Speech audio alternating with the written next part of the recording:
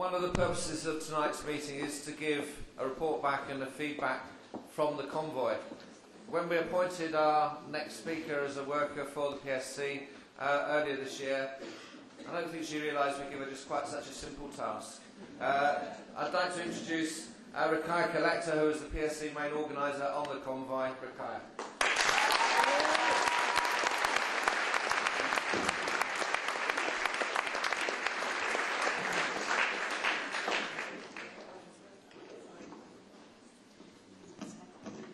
I have to follow Loki and Dan, thank you.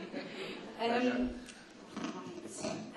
was given a few minutes to summarise the convoy, and it's very difficult when you've spent, at least a few months of your life on this journey, planning, and then being on the road. So I'll try and do it justice to myself and to the people in this room who are on the convoy.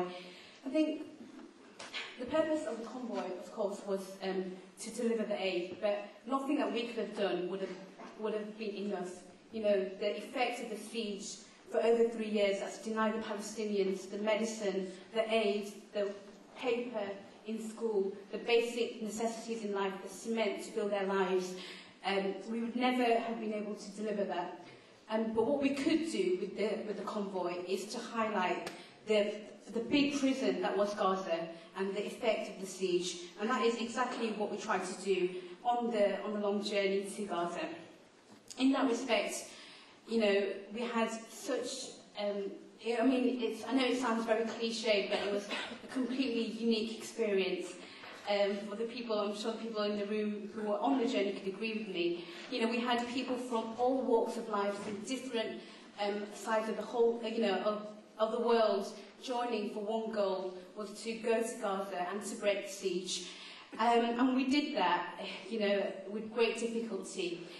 And when we wanted the attention of the world to be on Israel on the anniversary of the war, on the 27th, the world was looking at Egypt, who denied the convoy entry into Gaza.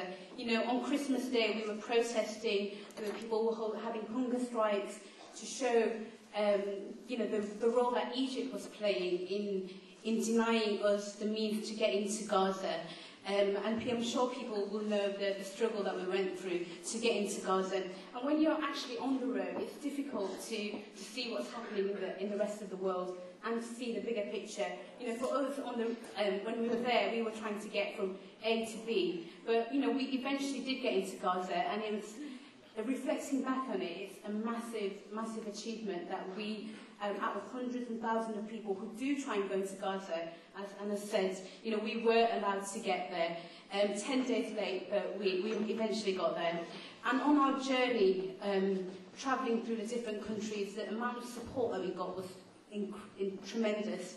From Turkey onwards, from Syria, in Jordan, we had Palestinian refugees who were crying, who wanted us to take them with us. We had a passport that would allow us to go into Gaza. These people were denied that right. And that's one of the major things that we learned on this convoy, denying people who should be, it's their right to be on that land, but we were allowed to go there and they were not. It's difficult to summarise how it was to be in Gaza. And when we're looking at the news, people can see the pictures. They can see the pictures of the hospitals that were bombed, of the schools that were bombed, of the bullets-ridden homes that you see in Gaza. But what you can't see without going there is the dignity of the Palestinian people, the strength that they have.